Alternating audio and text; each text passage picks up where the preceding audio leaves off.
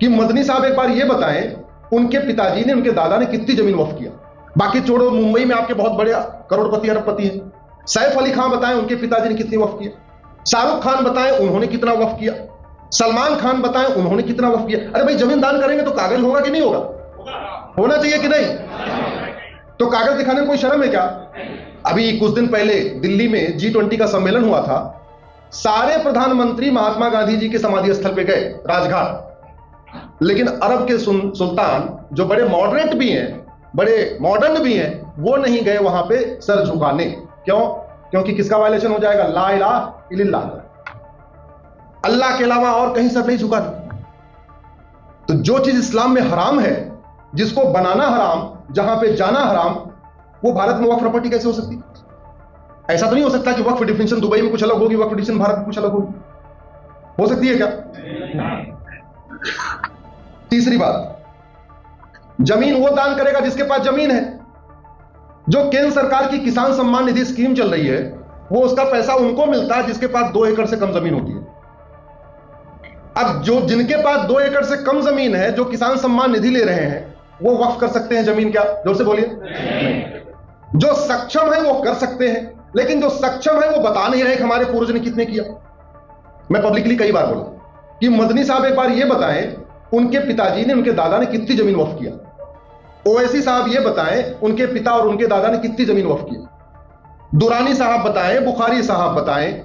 बाकी छोड़ो, मुंबई में आपके बहुत बड़े करोड़पति अरबपति हैं। सैफ अली खान बताएं, उनके पिताजी ने कितनी वक्फ किया? शाहरुख खान बताएं, उन्होंने कितना वक्फ किया? सलमान खान बताएं, उन्होंने कितना वक्फ किया? अरे भाई, जमीन दान करेंगे तो कागज होगा कि नहीं होगा? होना चाहिए कि नहीं? तो कागज दिखाने में कोई शर्म है क्या? बिरला जी पूरे देश में बिरला मंदिर बनवाते हैं, धर्मशाला बनवाते हैं, वो तो कागज दिखा रहे। पूरे देश में जैन समाज के लोग जैन धर्मशाला बनाते हैं, वो तो कागज दिखाने के लिए तैयार है। पूरे देश में माहेश्वरी समाज के लोग माहेश्वरी धर्मशाला बनाते हैं, वो तो कागज दिखाने के लिए तैयार है। अग्रवाल समाज तैयार है, माहेश्वरी समाज तैयार है, जैन समाज तैयार है, खत्री समाज तैयार है, सब अपनी कागज दिखाने के लिए तैयार है कि हमने कहां दान किया। तो कोई फूफा है क्या कि नहीं, हम आपको नहीं दिखाना पड़ेगा, बाकी सबको दिखाना पड़ेगा? ये चलेगा क्या? नहीं। अब इस कानून से दिक्कत कैसे हो रही है? इतनी अनलिमिटेड पावर दे दिया जो दुनिया में कहीं नहीं है। दिक्कत यह हो रही है, लैंड फंडामेंटल राइट नहीं है। Land is not a fundamental right. तो जो फंडामेंटल राइट नहीं है, वो आर्टिकल 25-26 का पार्ट कैसे हो गया? इसका मतलब लैंड आर्टिकल 25-26 का पार्टी नहीं है। इसलिए जिस दिन मैं पार्लियामेंट गया था जेपीसी में, सारा अपोजिशन वॉकआउट कर गया था, क्योंकि लगातार वो इतने दिन से एक ही झूठ बोल रहे हैं कि वक्फ जो है हमारा आर्टिकल 26 का 25 का मुद्दा है, ये मजहबी मुद्दा है, ये धार्मिक मुद्दा है। सच्चाई है, वक्फ प्योरली जमीन का मुद्दा है, ये फंडामेंटल राइट का मुद्दा ही नहीं है। और जमीन का मुकदमा डिसाइड करने के लिए कोई बोर्ड ट्रिब्यूनल हो ही नहीं सकता। जमीन का मुकदमा डिसाइड करने के लिए कहां शुरू होगा? रेवेन्यू कोर्ट से। जमीन के मुकदमे के लिए ऐसा नहीं हो सकता मजहब के आधार पर अलग अलग ट्रिब्यूनल होगा, अलग अलग बोर्ड होगा। यह शुद्ध रूप से क्या मुद्दा है? ये लैंड का मुद्दा, धार्मिक मामला ही नहीं है। लेकिन झूठ परोसा जा रहा है, परोसा जा रहा है। उनका नेटवर्क इतना तगड़ा है, उनका सिस्टम इतना तगड़ा है, फेसबुक पे उनकी प्रेजेंस इतनी तगड़ी है, तो झूठ फैलाते जा रहे हैं कि हमारा तो धार्मिक मुद्दा, धार्मिक मुद्दा। धार्मिक मुद्दा कहां से हो गया? प्योरली सिविल मुद्दा है ये तो। भारत में और भी ट्रिब्यूनल है, मुझे कोई एक ट्रिब्यूनल बताइए जो रिलीजन के आधार पर हो। जीएसटी ट्रिब्यूनल है, सबके लिए है। इनकम टैक्स ट्रिब्यूनल सबके लिए, एनजीटी सबके लिए, एनसीडीआरसी सबके लिए, क्लैट एनक्लैट सबके लिए। कोई ट्रिब्यूनल किसी रिलीजन के लिए है क्या? तो फिर यह कैसे हो सकता है? रिलीजन के आधार पे कोई ट्रिब्यूनल हो ही नहीं सकता, और रिलीजन के आधार पे जमीन का डिस्प्यूट किसी ट्रिब्यूनल में चल ही नहीं सकता। आप बताइए सारे अधिवक्ता, है कोई? जमीन का मुकदमा तो वहीं चलेगा, पहले नीचे जाएगा, एसडीएम क्या जाएगा, फिर एडीएम क्या जाएगा, फिर डीएम क्या जाएगा, अलग अलग डिपेंड करता है। आपके यहां महाराष्ट्र में क्या व्यवस्था मुझे नहीं पता। यूपी में तो सबसे पहले चकबंदी अधिकारी क्या जाएगा, फिर एसओसी क्या जाएगा, फिर डीडीसी क्या जाएगा, फिर वो हाईकोर्ट चकबंदी कमिश्नर क्या जाएगा, फिर हाईकोर्ट, फिर सुप्रीम कोर्ट, ऐसे चलता है। लगभग इसी से मिलती जुलती व्यवस्था आपके यहां भी होगी। ट्रिब्यूनल में थोड़ी चल सकता है, बोर्ड में थोड़ी चल सकता है। तो ये वक्फ बोर्ड कर क्या रहा है? ये दो काम कर रहा है। चूंकि इसका हेडक्वार्टर हमेशा स्टेट कैपिटल में होता है, तो स्टेट कैपिटल से 400-500 किलोमीटर के जो दूर लोग बैठे हैं, उनमें जो अमीर होते हैं, उनको तो नोटिस भेजता है, परेशान करता है, एक्सटॉर्शन करता है। उनको बोलता है भाई एक काम करो, आ जाओ मुंबई।